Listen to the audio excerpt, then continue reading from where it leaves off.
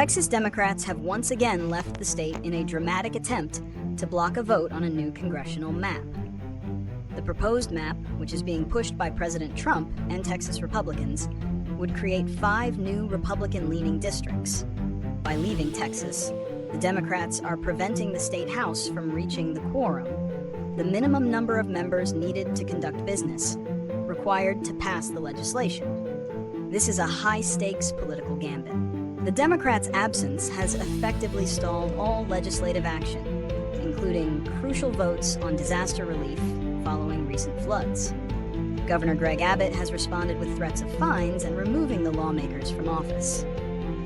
It's a repeat of a similar walkout in 2021, which ultimately failed to stop a voting restrictions bill. The current standoff pits a minority party using its procedural power against a majority party that is accused of gerrymandering to cement its political advantage.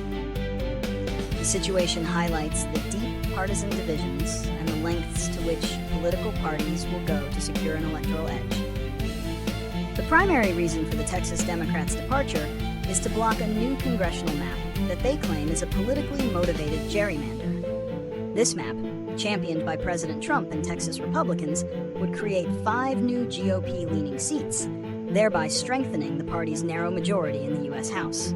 Democrats argue that this mid-decade redistricting is an unconstitutional power grab designed to suppress the votes of Black and Latino Texans and rig the 2026 midterm elections. By leaving the state, the Democrats are using a procedural tactic known as breaking quorum. The Texas House requires 100 members to be present to conduct a vote, and the Democrats' absence with their 62 seats prevents this from happening. They are also protesting what they see as a rushed and unfair legislative process, with minimal public hearings. Their departure is a last-ditch effort to prevent the map's passage and highlight the extreme lengths the majority party is willing to go to secure an electoral advantage. The primary consequence of the Democrats' departure is the immediate halt of legislative activity in the Texas House. Without a quorum, Republicans cannot pass the new congressional map or any other bill, including critical legislation for disaster relief following recent floods.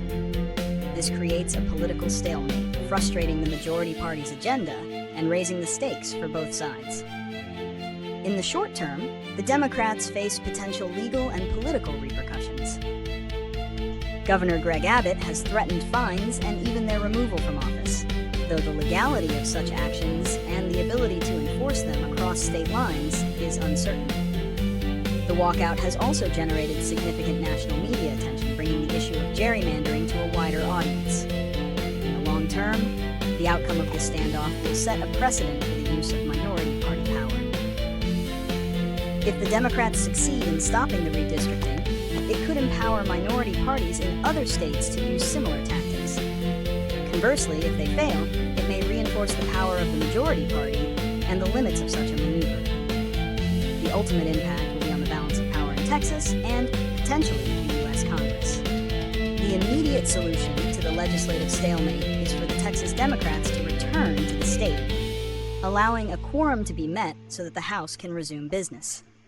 However, their strategic goal is to either run out the clock on the current special session or force a compromise.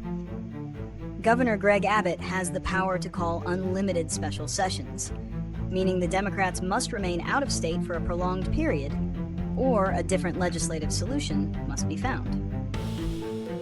For a long-term solution to avoid such stalemates, Texas could consider adopting an independent redistricting commission, a model used by a number of other states.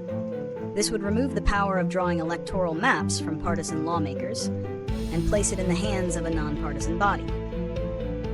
While a quorum-breaking tactic might still be used for other issues, it would eliminate this specific reason for the political crisis.